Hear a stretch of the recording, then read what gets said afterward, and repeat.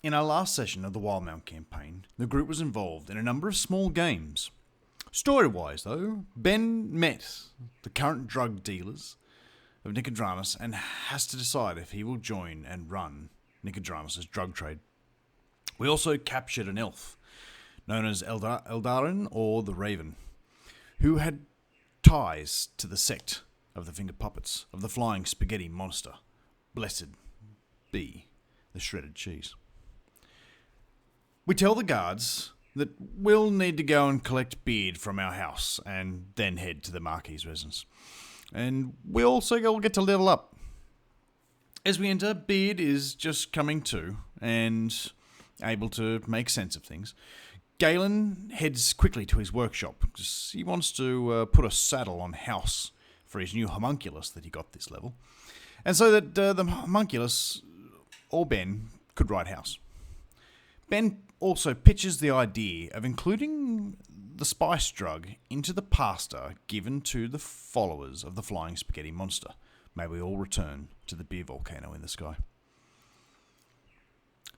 So here's Ben's pitch. So, what we need to have a quick chat about, guys, is I'm now going to be the head of the spice trade in Nicodrana, and I want to put spice, hear me out, in your church's pasta. We get all the hear me out. We get all the addicts, and then slowly wean them off it by decreasing the spice we put in the pasta. We're not going to do that. But isn't it good that the addicts get off the spice, and we'll be helping them, and a feed for them probably wouldn't go astray. They're pretty thin. I'm not putting the church's name on that, said Kronk, and that as a show of good faith for this venture, you would need to do it without the church, and then if it works, maybe we'd adopt it. Okay. Second pitch. Let's open up a chain, franchise a bunch of coffee shops, and we traffic the spice through that way. And you like pumpkin spice? Eventually, the conversation shifted to the idea of putting the spice in the drinks, and we sell it through the coffee company, and it focuses mostly on pumpkin spice coffees. The debate came up over the business organisation, the names, the slogans, the hierarchy, the staff requirements to keep such a venture going, until finally the guards came and got us. Oi! You told us you were coming straight to the castle, and now it's been hours, it is. Come on, let's go. Walk this way. If I could walk that way, I wouldn't need to see the Marquis. Huh? No? This material is wasted on you. Kronk isn't a bard.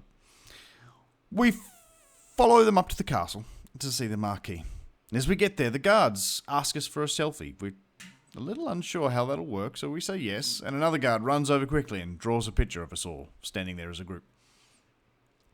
We enter the court of the Marquis, and we can see his guards, assassins, and elven wizards all standing round his end of the room. Some guard comes forward to have our gauntlets and gloves removed and to actually check our fingers, make sure they are real. The guard checking our hands is the big hairy guard that Ben rode home the other night on and helped him into his house. Ben motions for him to come over, and as he approaches, Ben jumps up into his lap. Marquis was not wanting to deal with this and wanting to get down to business. Take him off. You told me that there would be no finger puppet issues. What happened? A blight follows us.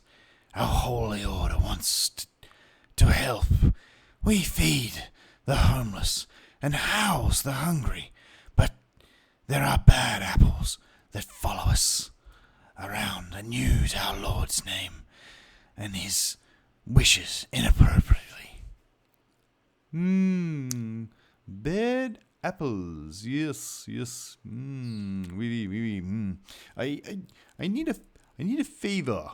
Lady Uganda has been approached of using has been accused of using witchcraft, and she is to be gathering information and when we make an attempt, and then she made an attempt on my life. That doesn't fit her profile. She is in the cells, and you may question her, but you will find that she is guilty. Can it be a conjugal visit? Beard noticed the elven wizard subtly trying to get his attention and speaks to him through telepathy, and the elf tells him, "It's a trap."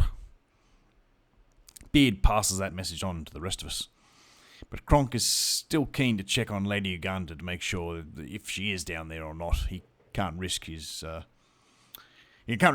being potentially harmed. I'll be happy to go down and talk with Lady Uganda and sort all this out, Kronk says to the court. Guards lead us, and the others follow, down to the cells, and we go through many doors that'll have to be keyed open and then locked closed behind us as we make our way down. When we get there, we find Lady Uganda unconscious and bloodied, with the raven in the cells further down. The guards head off and lock us in the halls.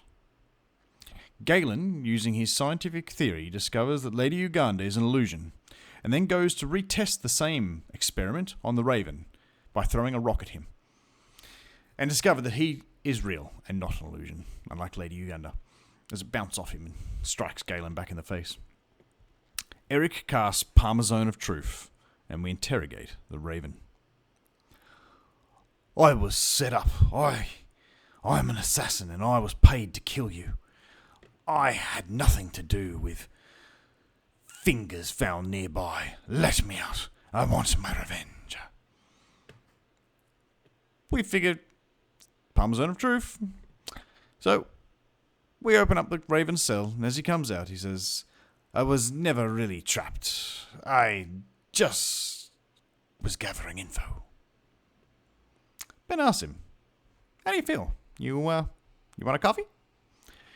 Ben gives the raven a pumpkin spice latte, and as the raven downs his drink, he livens up dramatically with, let's get some! And runs down the corridor, and we give chase after. We catch up to the raven, and he's fighting guards in a small room outside the Marquis' chamber. The guards see us. Oh, hey guys. We hit them with a cone of cold.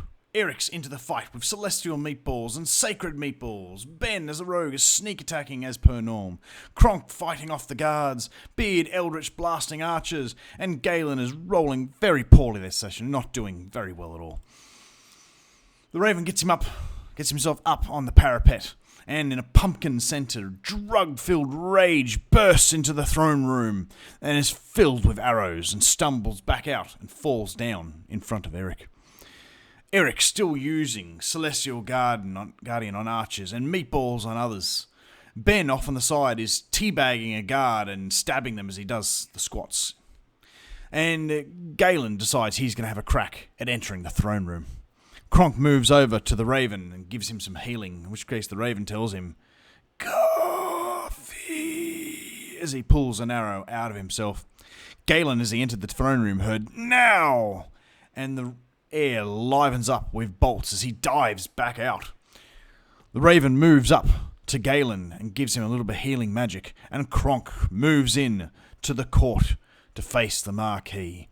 And that is as far as we get for this session. Don't miss out on the conclusion to Act 1 of our Wildemount campaign next time.